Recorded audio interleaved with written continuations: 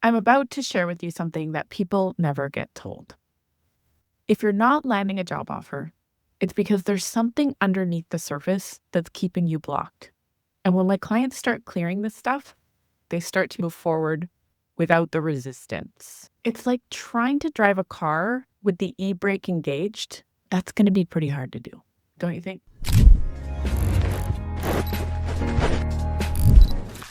In this video, I'm going to show you exactly where that e-brake might be engaging, specifically 3 ways in which it might be showing up for you.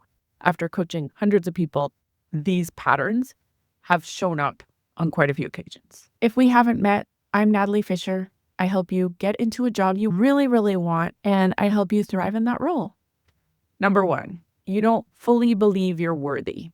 This is sneaky because it doesn't show up on the surface how you would think it does. You don't fully believe you're worthy. But that's not how it'll show up in your head. You'll think, oh no, I know I'm worthy. It'll show up in different ways. It'll show up with thoughts that say, but other people have more experience than me. Or other people are probably more qualified than me. Or maybe I do need another certification. Or maybe I do need more experience. And it'll show up, I'm not enough. And I don't fully, truly believe I'm worthy of having this. And that, until that's cleared up, that is a way that the e-brake is engaging. So if you are eyeing certifications, if you're trying to upskill all the time, that can be a sneaky way of your brain telling you, I'm not enough, I'm not enough. And the way that we can know this is if you ask yourself, what would be enough?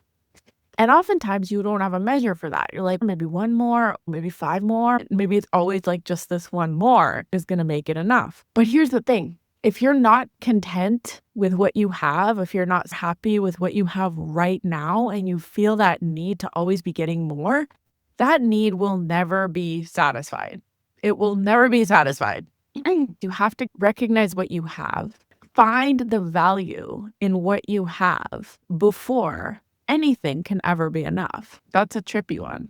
Number 2, part of you doesn't actually want it. I know this one is very counterintuitive and nobody wants to admit this. Nobody wants to admit a part of you doesn't really want this. But bear with me. Let me show you how it shows up.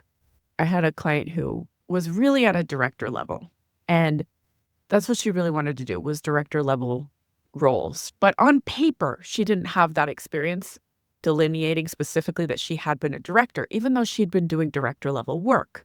She was applying for lower level positions that truly were not aligned with the quality of experience she had, but on paper matched up to her. She's applying for these lower level roles. She's saying, I'm not opposed to it. I mean, I can do it. I have done it before. And she's getting rejected and turned down for these low level roles.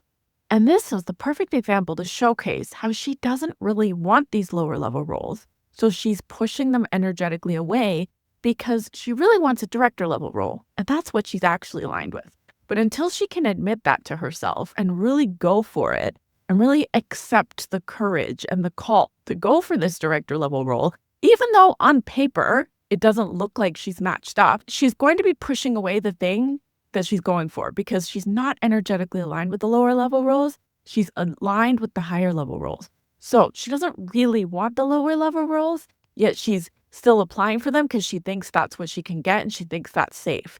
So that's a perfect example of you don't really want it, so that's why you're not getting it. Number 3, a part of you is afraid that if you get it, something bad will happen.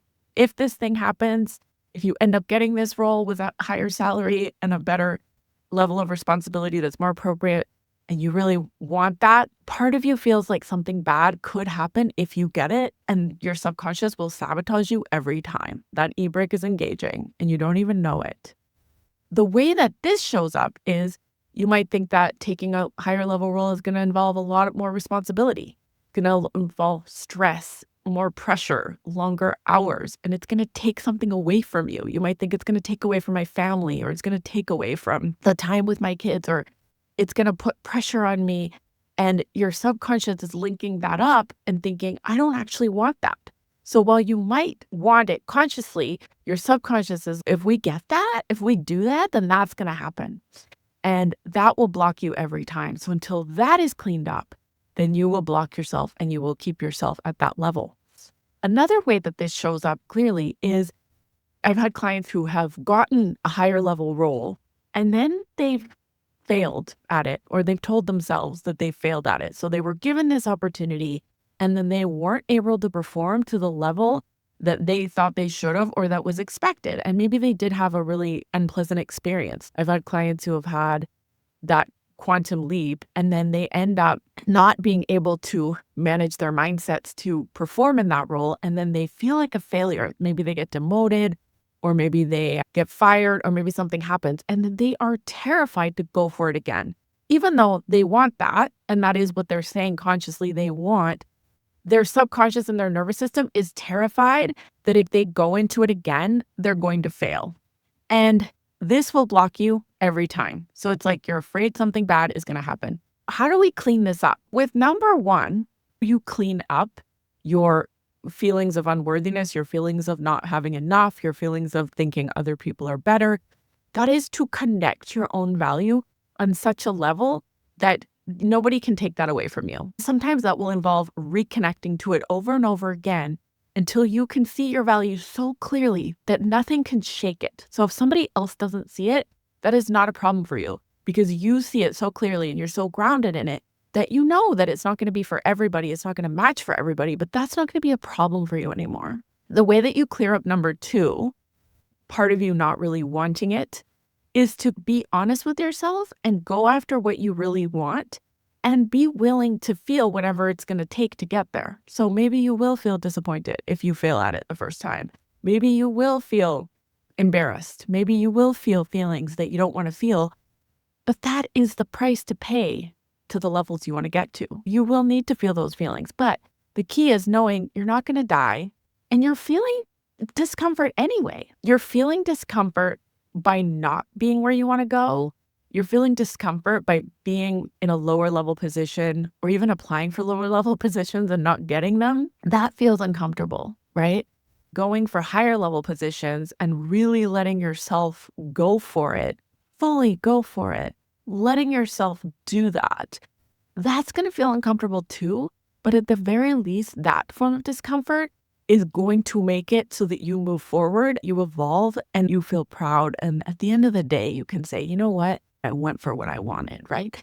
Instead of saying, yeah, I know, I can do this. This is what I can do. I guess I better just stick with what I know, stick with what I'm capable of, not go any farther. It's really about choosing which person do I want to be. Number three, being afraid of something bad's going to happen. The way that you clean this one up is reassuring yourself that you'll be able to handle whatever happens. And also challenging that you might be wrong. One of my clients, she wanted to get into a director level role. And she was afraid of that exact thing. If I do that, I'm going to have to work a lot longer hours. It's going to be a lot more pressure. It's going to be a lot more challenging. And I don't know if I want to take that on. But when we actually unpacked her work style and how she's progressed, she's actually managed to keep her hours lower, have less stress than those around her. And she's been able to do that in many high pressure situations where that would have been really difficult to do for most people. So we built her confidence that she might be wrong about that. She might be wrong about the long hours and the high pressure. And stress is something that is created in the mind. If you create stress in the mind, you can create peace in the mind as well. Believing that you can do that is the first step. And then cleaning up how you're going to do that and building that belief until you believe it, then you'll be able to clear the way so that the e-brake is released and you can go where you want to go and the resistance is released. That's it, my friends. Give me a thumbs up if you like this video. Give me a thumbs down if you didn't. Leave me a comment. And I will see you in the next video.